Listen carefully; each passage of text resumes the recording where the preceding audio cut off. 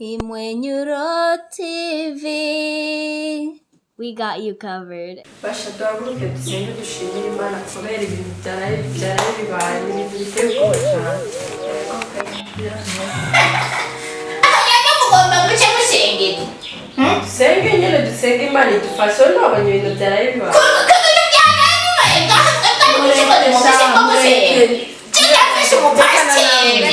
Umupasiteri nzi mu gusenga ajya gusenga n'amadayimoni yose akiruka.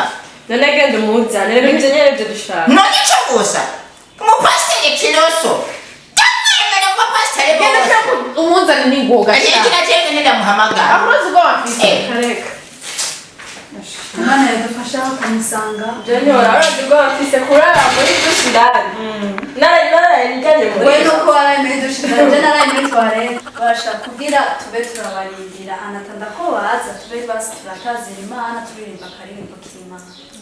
Sinzi nk'umuntu yaba akazi yo kavuga tukatwanje ndakazi. Mukizu twemere naho turi babi wewe waradupfiriye mukizu twemere naho turi babi. Pasiteri yacu yamujyanye. Yesu ashimwe. Amen. Yesu ashimwe kandi. Amen. Ni byiza cyane. Filipo yambwiye ikibazo kinga muri ino nzu. Yego. Okay, nizere ko namwe mfise ibibazo. Sinzi ko mumbwira weho ubona gute ko Filipo yambwiye ivyiwe. Pasiteri ibintu biri bwaha birateye ubwoba. Urumva birateye ubwoba. Ndashobora kuryama mu cyumba nkisanga njyamye muri dushe. Urabyumva? Cyangwa nkisanga ku giti hariya hejuru ariyo ndi. Uri ku giti. Ku giti pasita n'ukuri. Shitani moment. Hama we now. General mwere iganja byarase kweri n'amanari ya mamoba narari imivere ye naramwe ibintu byinshi ariko byarase kweri. None muri ino nzu none we kubwawe wabonye hari biki hazi. Hari ibintu kweri biguma bizanye je muga ibintu byarabiza binzanira amafeke nyene. Biguma byanzaniye amafeke. Nta kibazo reka twinjiye mu mwuka. Je ndazi umwuka wabagendere umwuka wera muri ino nzu. Amen. Mafuta. Ya Yesu. Mafuta. Ya.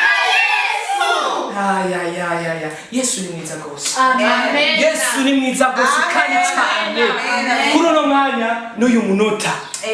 Reka duhaguruke. Amen. Kila muntu wese azamura isengesho ryiwe ku bintu byose yarayabona muri ino nzu, ku kintu cyose yarayavuga avugishwa n'amadayimoni n'imyuka mibi muri ino nzu. Mafuta. Mafuta. Oh Baba Yesu Kristo. Oh kila muntu wese azamura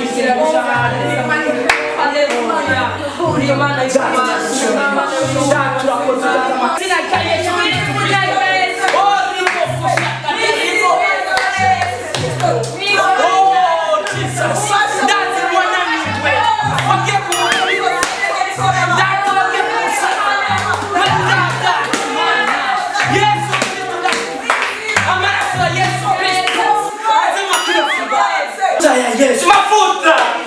Oh, that's how it's walk with Jesus. That's why ego utakumusaba kubera kwera. Oh my Jesus. Oh migo kusaka. Inyoka bibi ndaitara mu izina rya Yesu Kristo. Oh mu izina rya Yesu Kristo. Oh Yesu ndatsko yuko wakoze ku musaraba igorogota. Ndatsko utapfiriye ubusa. Ndatsko wakoze byinshi ku bwacu. Ndatsko washatse kuducungura mana. Ndatyo amaraso ya Yesu Kristo muri nonzu atorore yoze. Oh Yesu Kristo ndatsko wakoze byinshi ku bwacu. Ndakwetsa ababanyi mwinozo mana. Ndakwetsa ababanyi. Ndakwetsa abantu baba muri nonzu.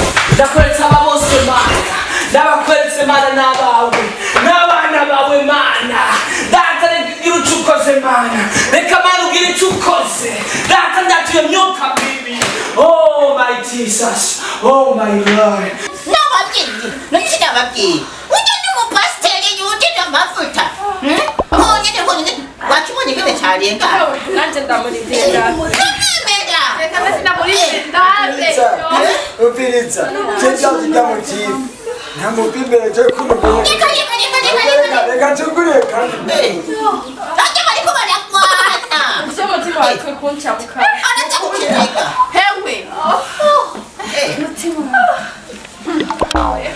wakibonye ngenyegeza wakibonye wari mwagomba gusenga ahandi mwari mushobora oya nakibonye oya n'uwitira usenga ngira nawe ngira nawe usenga oya kibonye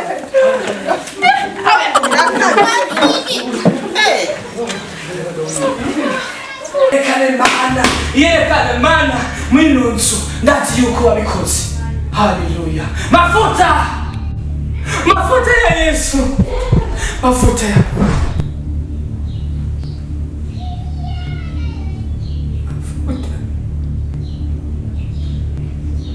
mafuta ya Yesu mafuta ya Yesu mafuta ya Yesu mafuta ya Yesu mafuta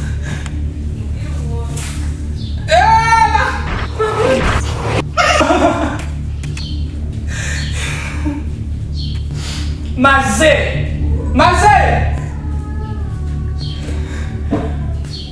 wa Filipo amfiliza rero sindi pastor tiye oya ndi umusani umatamba Yes, way. sivyo ataba amarobot sivyo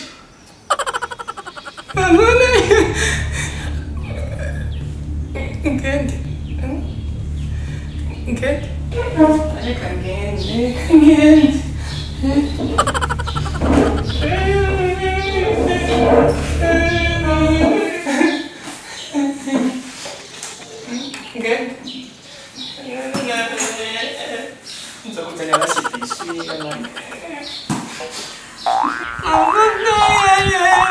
Philip wabonye none mafuta ya Yesu